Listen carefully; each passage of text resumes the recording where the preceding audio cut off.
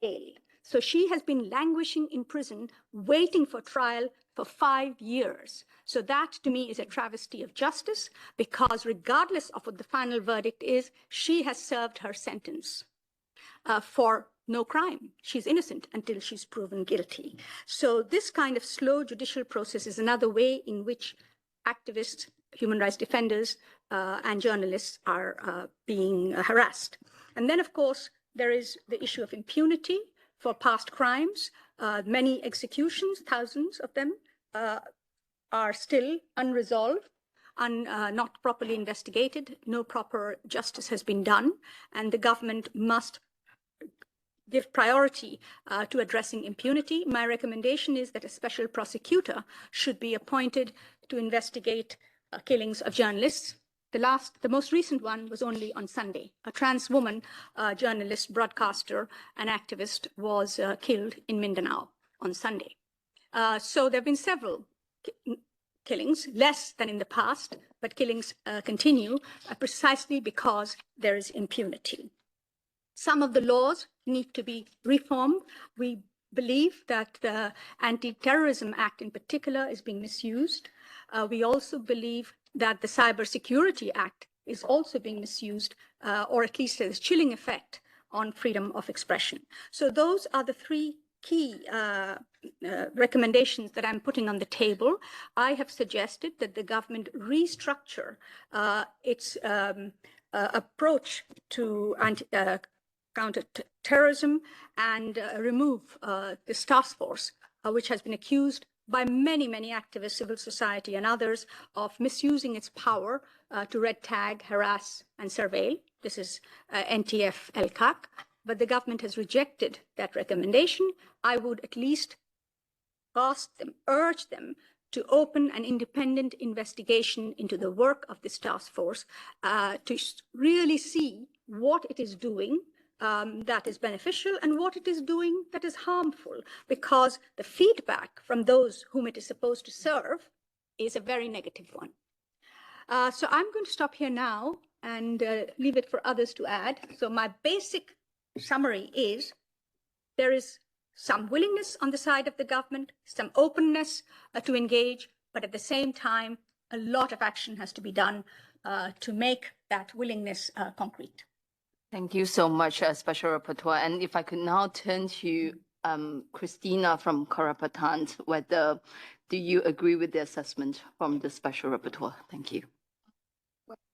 We thank the Special Rapporteur for actively engaging with civil society before, during, and after her official visit to the Philippines, and of course for her recommendations, which remain most relevant to the current state of freedom of expression and democratic space in the Philippines. But I lament to say that since her visit, there has been no let-up in the violations that we've documented, and contrary to rhetoric, all is not well under the current administration, despite the just concluded UN Joint Program on Human Rights.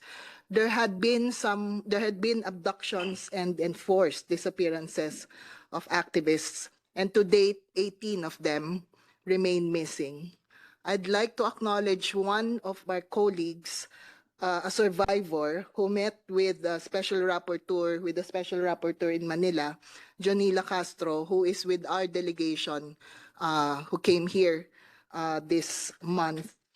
Jonila and her colleagues' courage to speak truth to power on the NTF-LCAC's role in their abduction and arbitrary detention, as well as many others in the communities, are compelling reasons that support the abolition of the task force, a recommendation made by the Special Rapporteur. Our colleague Alexander Philip Abingunya, together with community journalist Frenchie May Cumpio and humanitarian worker Mariel Domekil, as said, is still in jail after 5 years with additional trumped-up charges. Frenchie endures a trumped-up terrorism financing case, and there had been 166 victims of arbitrary detention, designation, complaints, and charges of counterterrorism laws, and 45 of them, including Frenchie, remain in jail. They are among the 3 million individuals who are victims of red tagging, threats, and harassment under the current administration. Last Monday, a former colleague of ours, a Karapatan human rights worker and journalist, trans woman activist Ali Makalintal, was shot dead. Their cases affirms the Special Rapporteur's recommendations regarding the chilling effect and the climate of impunity in the country.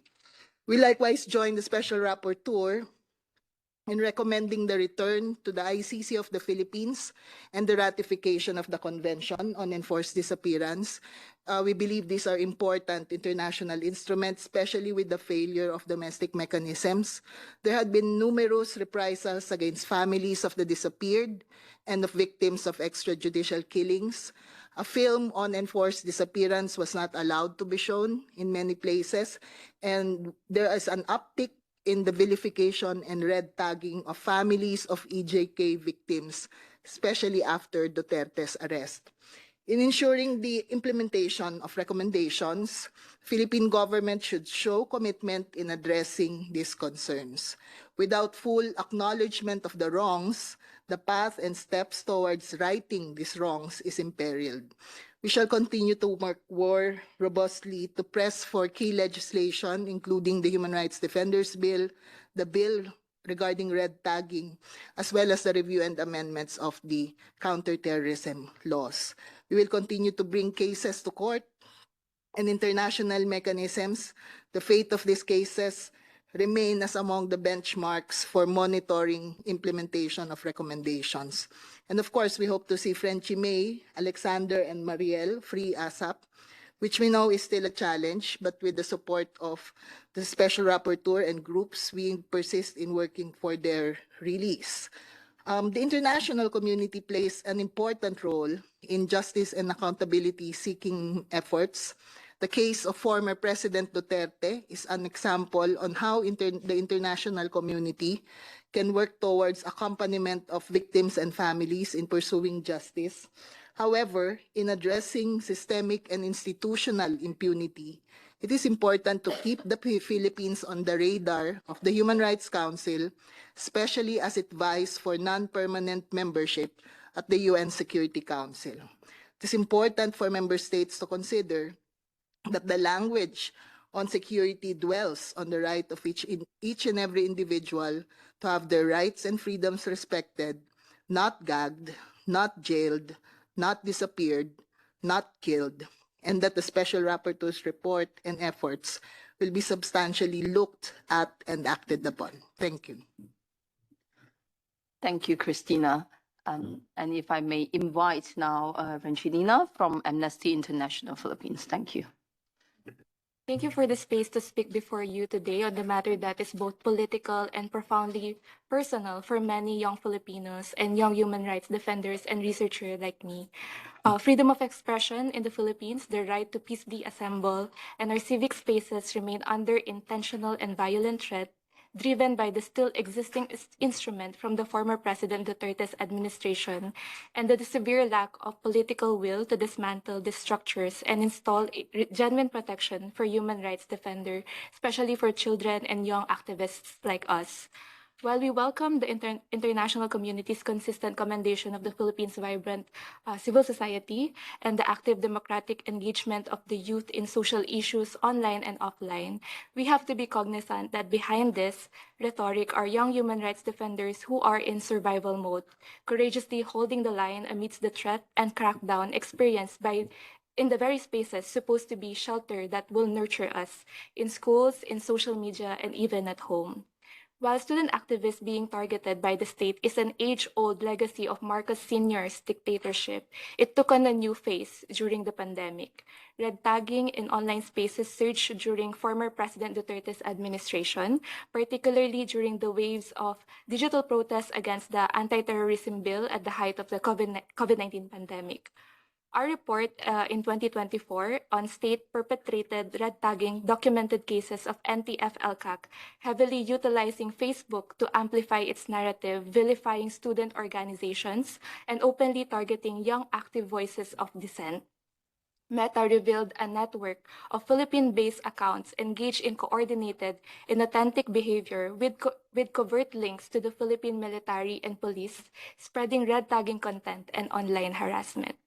A more recent report we wrote and published by our team of young human rights defender on the chilling effect of online harassment gives evidence to the detrimental impact of red tagging on young people's safety, mental well-being, civic participation. Red tagging is a form of harassment, and in online spaces, this escalates to trolling, doxing, smear campaigns, threats that often lead to intimidation in offline spaces and surveillance, and even enforced disappearances and extrajudicial killings. Jean Ross Jamil de Jesus, or Bazu, as we call him, had just turned 27 when he was last seen together with fellow Indigenous peoples' right defender Dexter Capuyan in April 2023. The enforced disappearances of Dexter and Bazu have had a profound impact on other young activists in the city. After months of pleas to reveal the fate and whereabouts of Bazu and Dexter, one young activist said to us that he could not help but think about the possibility of the same thing also happening to other young human rights defenders that are close to him. Young human rights activists have been forced to adjust their daily lives in response to the red tagging of their peers, leading to a chilling effect that manifests as self-censorship, limiting their participation in organization, self-isolation to protect their families and friends, and normalization of the insecurity and dangers that comes with activism. Many young people have abandoned their activism because of the toll that constant threat to take on their mental health and the fear of repercussions on their loved ones. There are also cases where the narratives of anti-FLCAC impress heavily on social repercussions, perceptions of activism, leading to cases of parents reportedly threatening to transfer their youngs to different universities or stop their education altogether if they keep joining protests. Some universities have been discredited as recruiting grounds for rebels, an assumption the NTF-ELCA continues to use to this day as basis for their operations, demonizing student activism. After red tagging incidents happen, redress is a hurdle instead of a reprieve. Many young human rights defenders face barriers to seeking redress due to lack of trust to state institutions and bureaucratic hedges, putting burden of reporting and seeking justice on young human rights defenders. Reporting to the Commission on Human Rights is a tedious process that falls short of being able to provide accountability, and filing case to challenge the terrorist label exhausts energy and resources and is ultimately a process where we have to defend ourselves rather than be able to seek justice. So while the President Marcos government, in its bid to stand in stark contrast with previous administration, is attempting to present itself as a more right-respecting, we remain skeptical and on the edge. He has remained adamant in maintaining and supporting the operations of the NTF-ELCAC and the existence of the anti-terror law, among others, hindering any possibility of accountability for red tagging perpetrated by the state and trust building with civil society, activists, and human rights defenders. But more than applause, us young human rights defenders need support and protection. We echo the recommendation of the Special Rapporteur Irene and share the calls of fellow human rights defenders and civil society organizations. However, in absence of the executive's political will to abolish NTF-ELCAC, the legislative should take initiative by defunding it, neutralizing its operation, and diverting funds to social, economic, and livelihood programs at the barangay and district levels carried by the department mandated to do so. The Department of Education and the Commission on Higher Education must also exercise their mandates in ensuring that schools and universities remain safe spaces for expression, opinion, and academic freedom. Lastly, we urge the Council and other international mechanisms to recognize the culpability of tech companies like Meta, who, through their inaction and limited initiative, have enabled harmful narratives to thrive in their platforms. Government and platforms can keep pointing fingers at each other. Someone needs to take the first step. I'll stop there. Thank you. Thank you, Ranjanina. And if I could invite Land from NUJP, please. Ferdinand Marcos Jr. repeatedly declared positive pronouncements pertaining to respect for press freedom and free expression. Compared to former President Rodrigo Duterte, he does not resort to verbal attacks against the media. The situation on the ground, however, belies any pretensions of an improved human rights situation in the Philippines.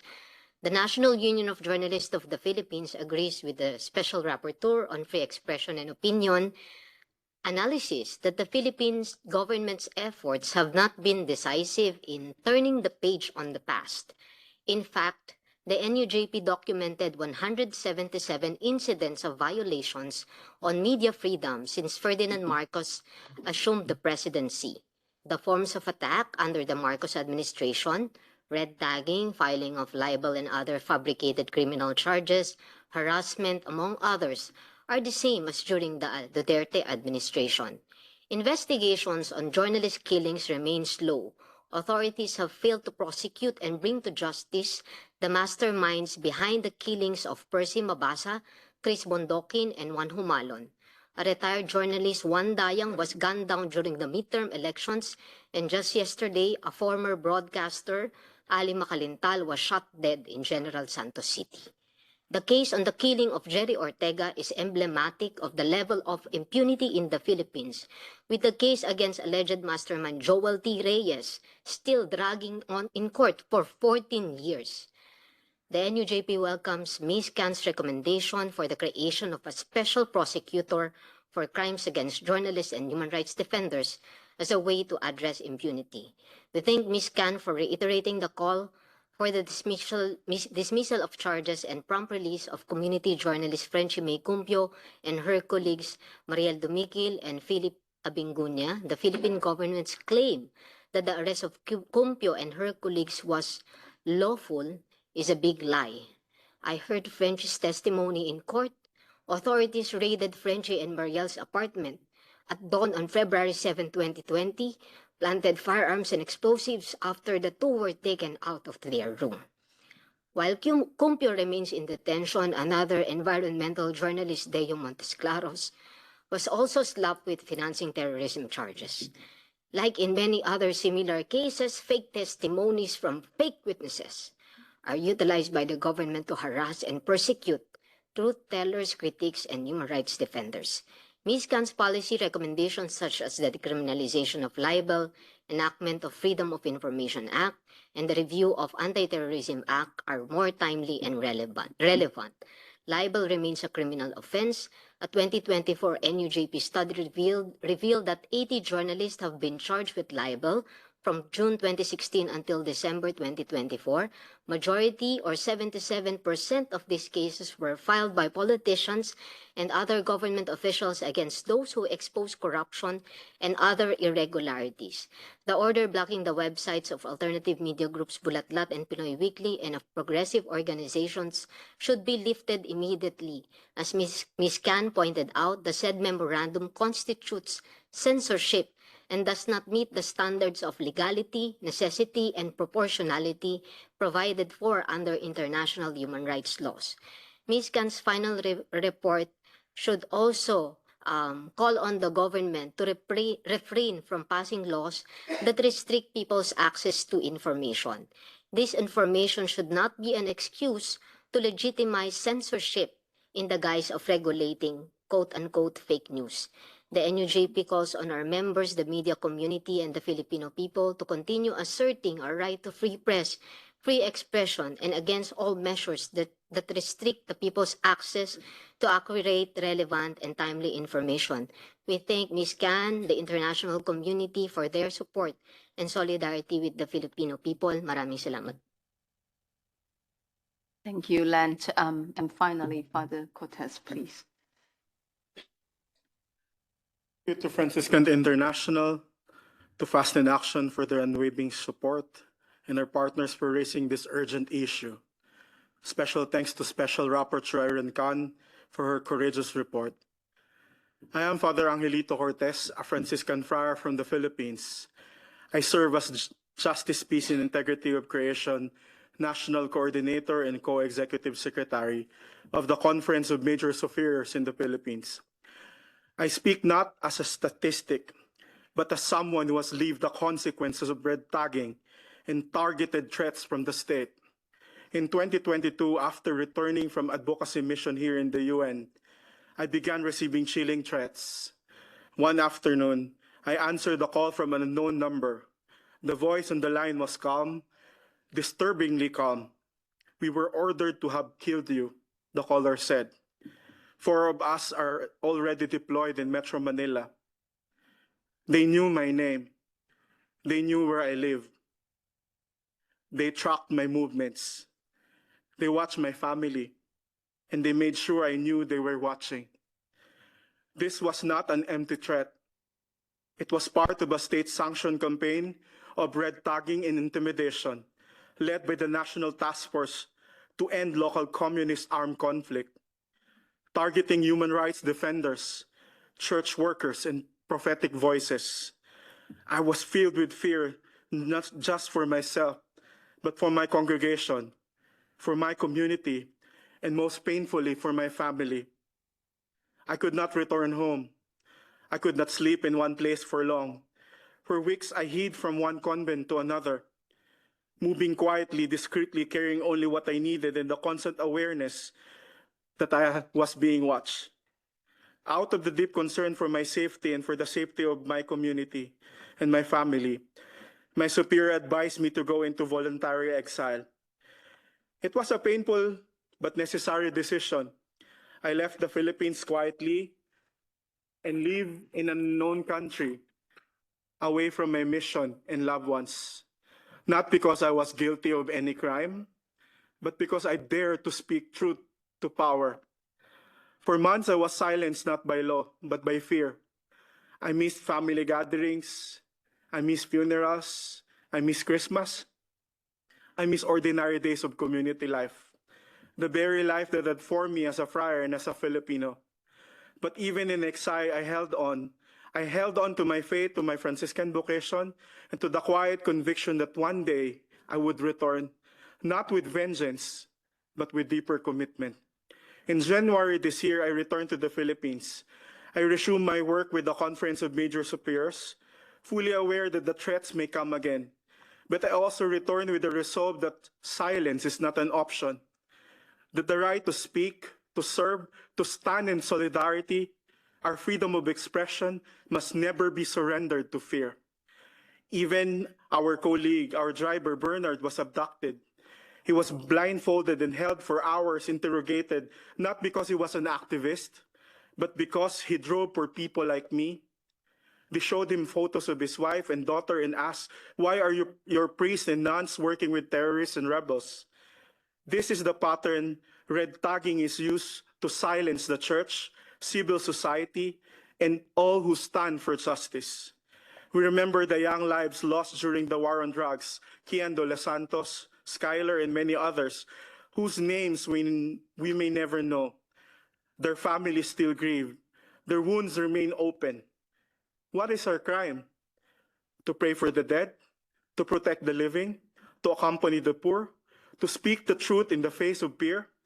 Our mission partners suffer the same repression, like Mariel May Dumiquil, a lay worker with the Rural Missionaries of the Philippines, served farmers and peasant communities in Eastern Visayas. In 2020, she was arrested and falsely charged with illegal possession of firearms and terrorist financing.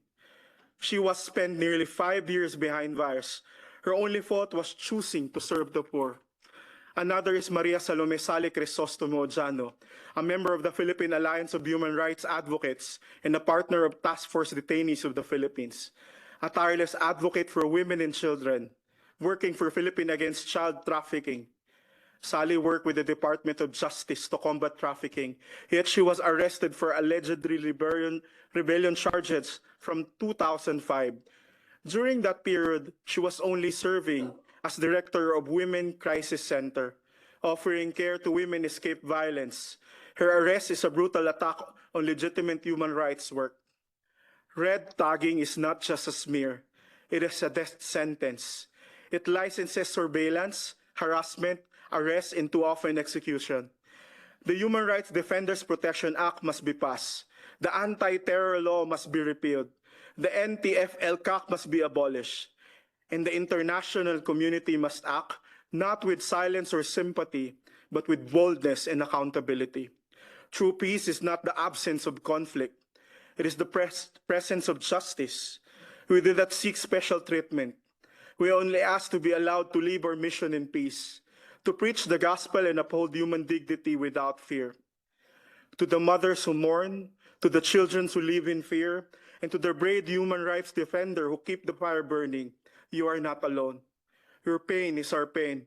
Your courage strengthens us. Your struggle is sacred. We will walk with you. We will speak with you. We will not stop.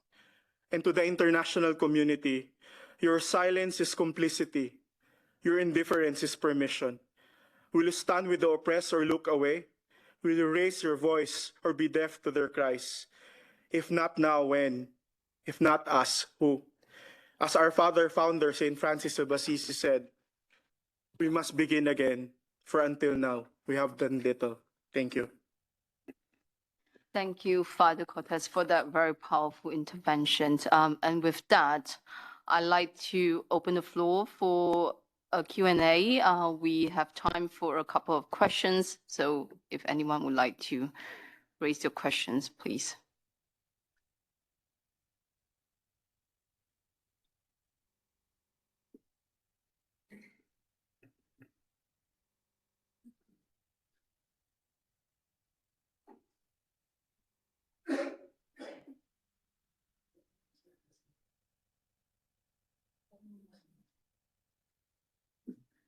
The gentleman at the back there, please. Thank you very much.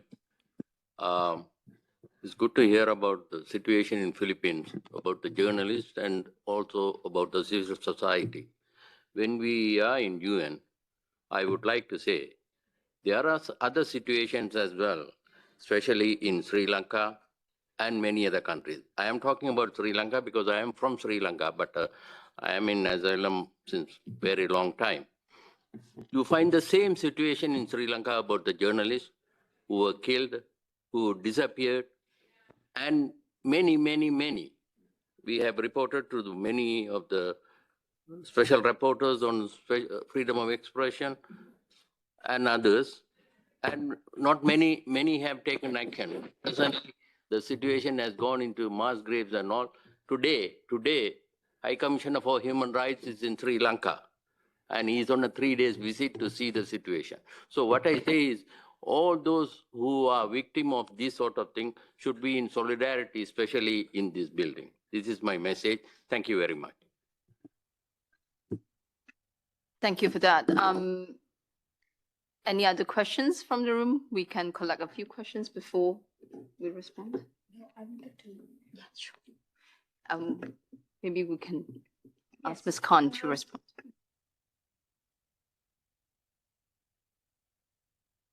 Or ask. I wanted to mention to you that I'm the only, and a colleague of mine from the High Commissioner's office who was with me, we are the only 2 internationals, people who were allowed to meet with Frenchie, Maria, and Philip in their detention center in Leyte.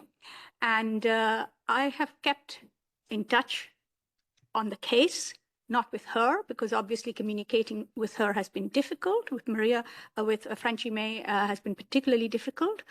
I see those cases as emblematic cases of what happens when there is no accountability on the part of the powerful, and they have a free hand to lock people up for having different points of view. Now, when Frenchie May, when I visited her and Maria and Philip in a detention center, they had given me a gift. You know what? They had baked cakes for me. And it had given them joy to be able to do that because they didn't have any visitors. They wanted to show some of their love and affection for the work that we've been doing. It was deeply touching. And now she has sent a message through you. I think you visited the Philippines. She managed to get a letter out to me. And you have to remember, of course, that anything she writes is checked before it gets out. Anything that we write to her is similarly checked before it gets to her. And I just want to read a little bit out of it because, you know, here we will not solve the problems. But what we will do is, I hope, what we hear will touch us so that we can stand in solidarity, as the father said, and that those of us who have freedom of expression can speak on behalf of those who are being deprived of their freedom of expression. Now, let me just read a little bit from Frenchie's letter. She says, a lot has happened over a year since I had been to see her. Marielle and I have already testified in court. I was presented 3 times. I'm pleased to tell you that our lawyers have really exerted all of their efforts for our testimony. Despite that, I have to admit that nothing can really prepare you for your own trial. And remember, this is after 4 years, more than 4 years in detention that she has her hearing. At first, it felt like I didn't really have anything to say. How do we even combat a well-orchestrated lie? A story that's so absurd that if this was a class debate, you wouldn't even try to rebut. But after my testimony, I realized I still had a lot to say, that this more than 5 years of detention is robbing us of so many things: time, family, dreams, plans, future. I'm not going to read the whole letter because it's long, but let me go on to say, people call us brave for holding on, although I would have to admit I sometimes feel otherwise. The truth that what happened to us still happened to several others. That fact that they are capable of charging us through mere lies. The fear that we still won't be safe even when we are out of this facility. I am never an in-between person. I was usually sure where I stand, but today, now that we are almost near the end, I feel uncertain, and uncertainty bothers you in bed. Nonetheless, we hold on.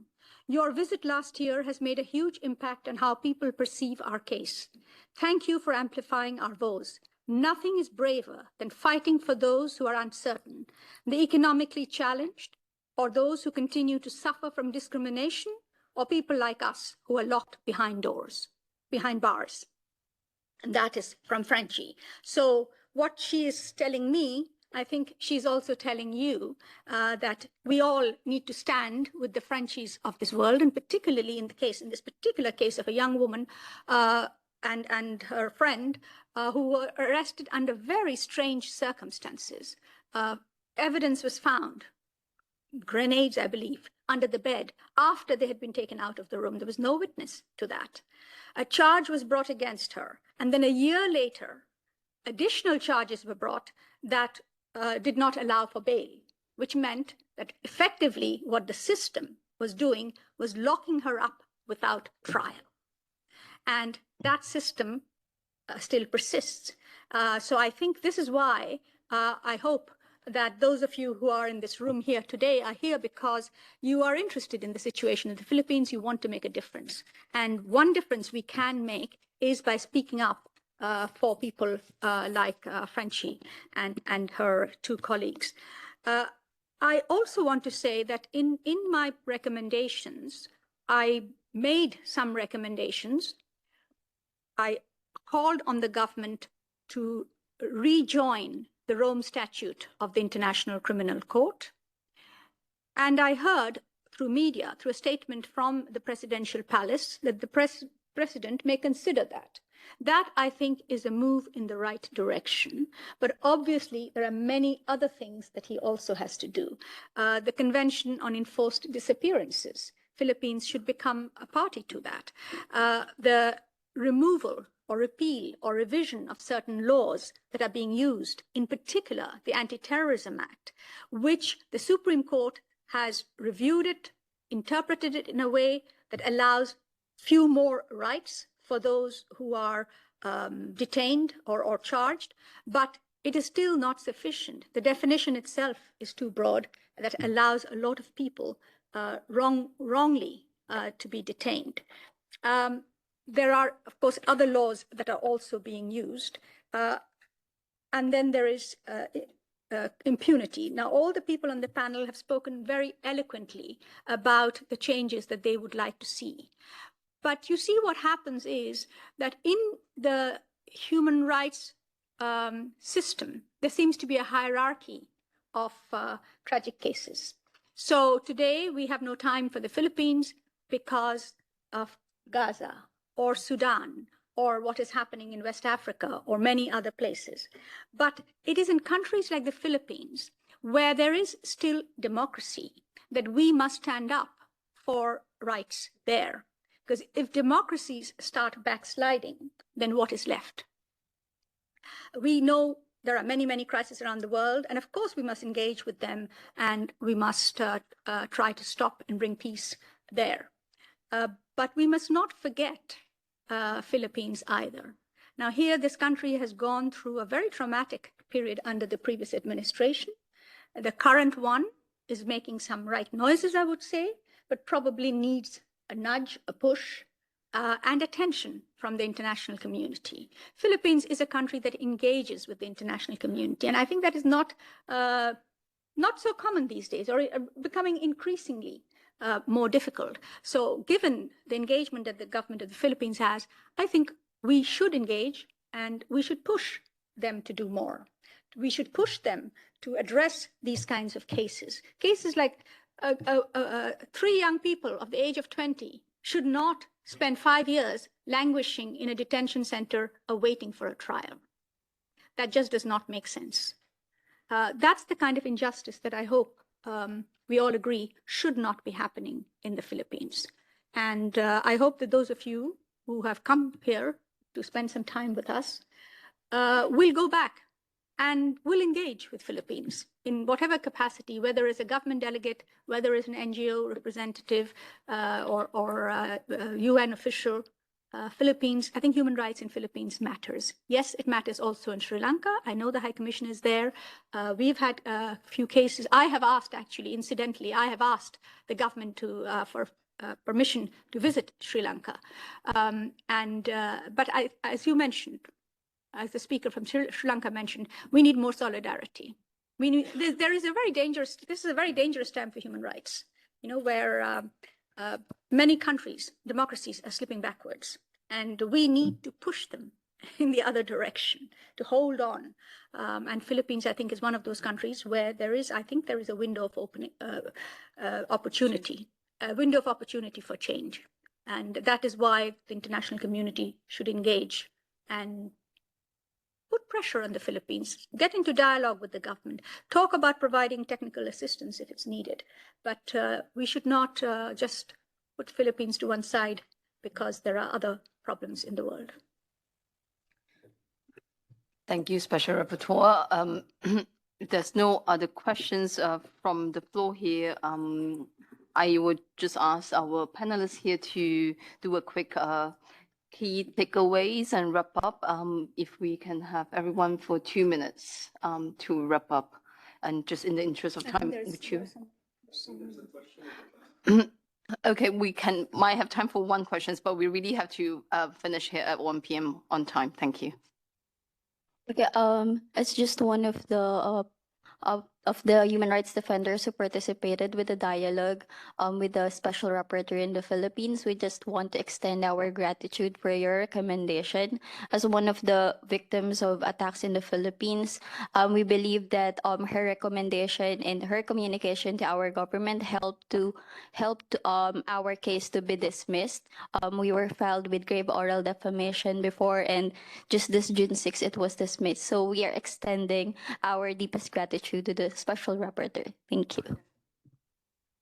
Thank you very much. And if I could get everyone to 1 minute to wrap up. Any final words from you, Special Rapporteur?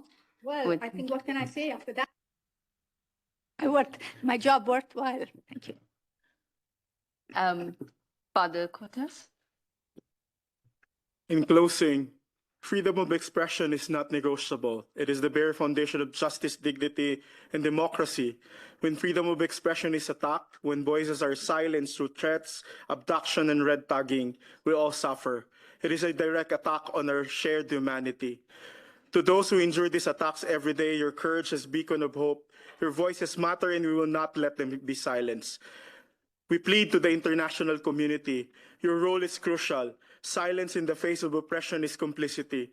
Indifference emboldens tyrants. We call on you, go beyond words. Demand the repeal of laws that suffocate freedom of expression. Hold accountable those who use state power to intimidate, harass, and kill. Support the passage of the Human Rights Defenders Protection Act. Protect those who risk everything to speak truth to power. If freedom of expression is threatened anywhere, it is threatened everywhere. Defend it now, stand with us, speak for the voiceless. As Nelson Mandela powerfully said, to deny people their human rights is to challenge their humanity. Let this be our call to action, bold, unyielding, and united, because the future of the Philippines and the consequence of the world depend on it. I thank my co-panelists for this opportunity. Thank you. Thank you, Father Cortez. Amnesty International. Thank you very much for the time. As a young human rights defender, I'm here asking the international community to give more spaces for young people like me, a young researcher and young human rights defender, to speak about their experiences. And the conversation, the very important conversation that we're having here should not end here.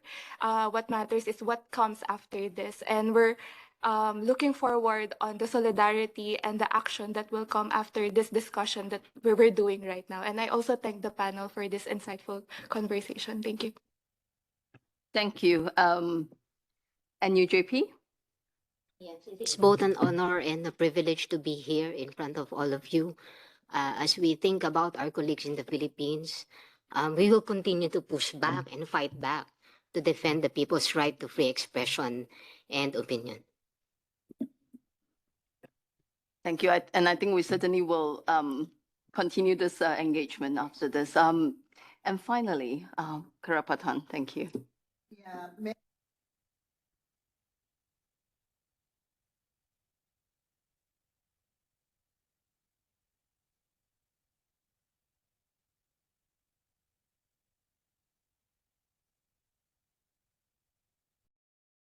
All right.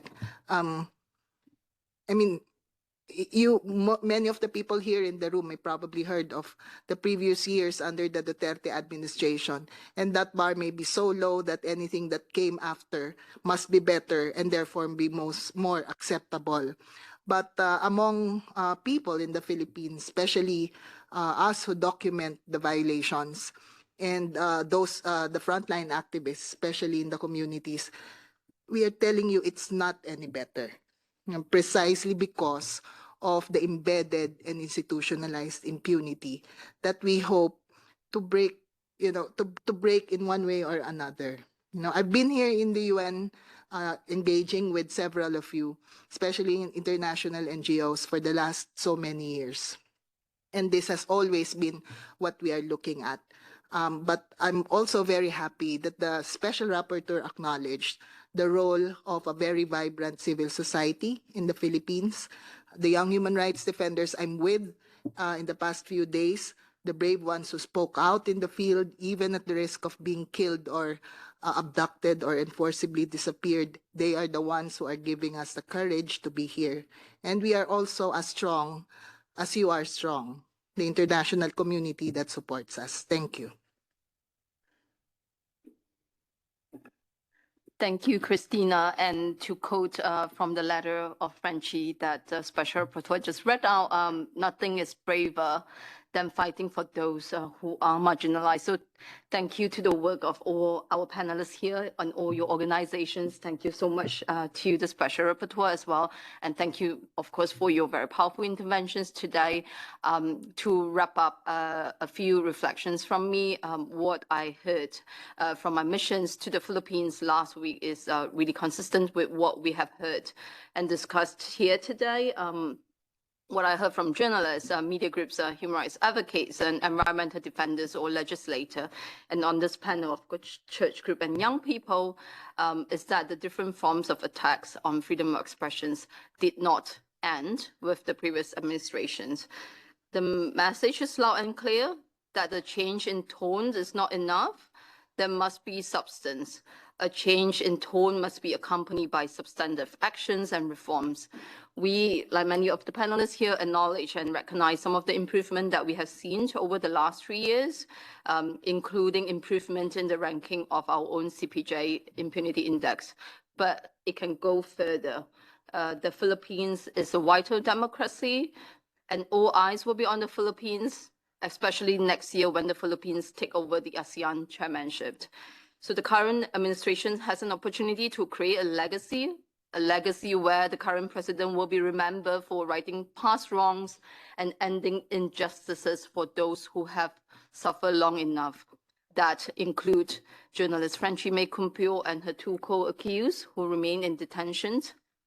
That include journalist Jerry Ortega, whose family are still seeking full justice after more than 14 years of his murder. And as the Special Rapporteur say in her report and recommendations, and I quote, change is challenging, but it can be done with strong political will and leadership. Thank you, everyone.